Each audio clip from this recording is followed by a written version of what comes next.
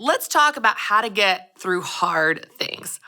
Now, I want to start by giving you an example. I want to actually read you one particular part of my devotional, Living True 40 Days to Get Back to You, okay? This is the part I want to read you. I pulled it as high on the bank as I could, flipped it over, and left it overnight. And that is what I'd like to share with you.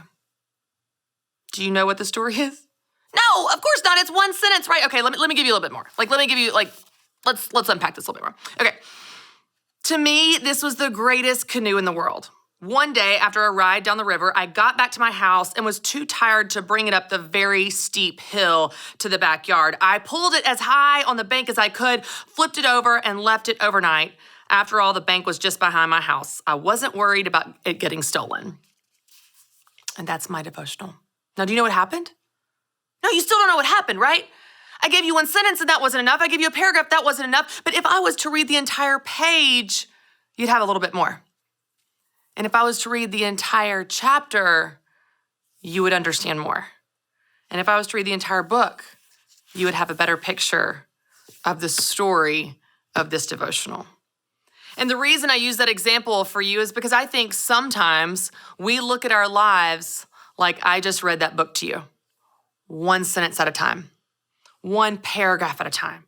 And if you look at just one sentence of your story, if you look at just one paragraph of your story or one chapter of your story or one day in your story or one season in your story, you don't get the full picture, right?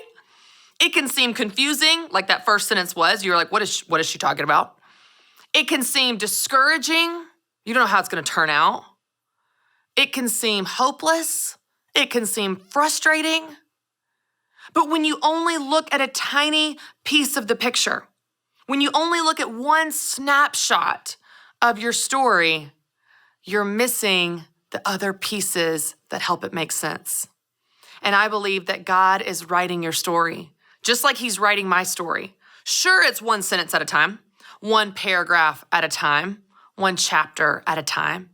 But over time, as we seek him with our future, as we look for him in our past, we start to see how he connects the dots, how the sentences are strung together and the paragraphs work together to make the chapters, to make the story make sense.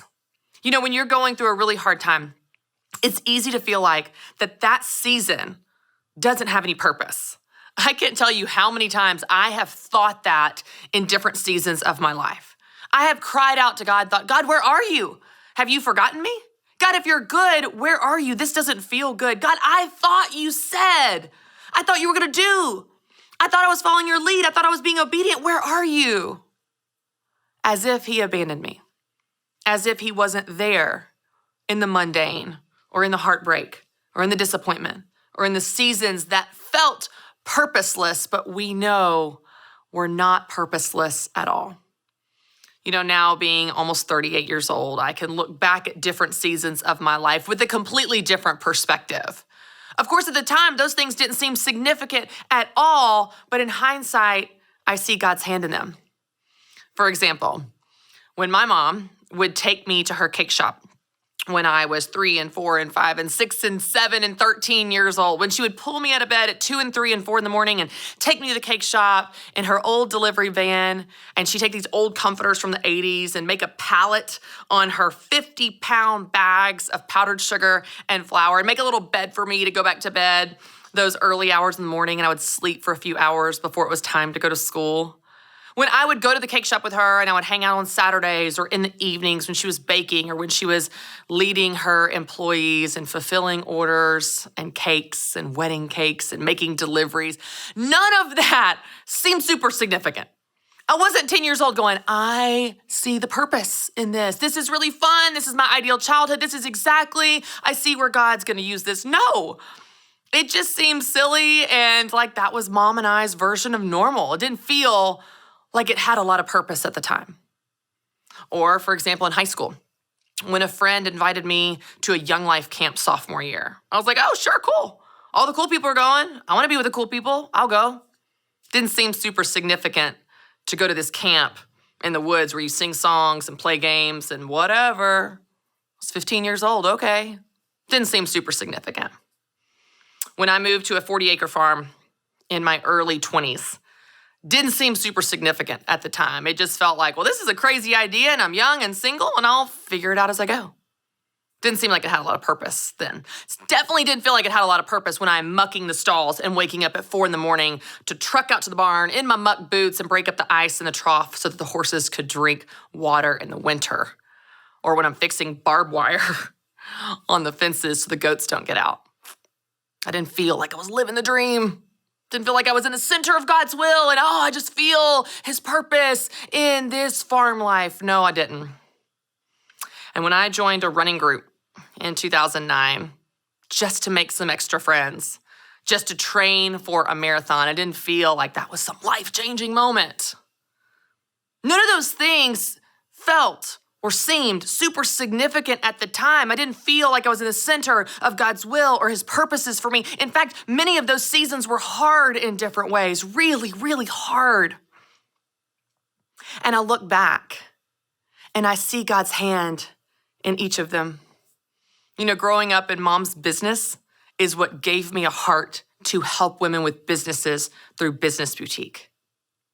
And when I look back to Young Life, it was at that Young Life camp sophomore year that I gave my life to Christ. Forever changed my life. When I think back to the farm, that was my first side business. That was where I learned a lot about running a side business and was the first time I got to experience what that's like. And that running group is where I met my now husband of 8 years, Matt Wright. In the moment, those seasons were hard. They didn't feel super exciting. They weren't mountaintop moments, and I definitely didn't know that God was writing my story, but he was.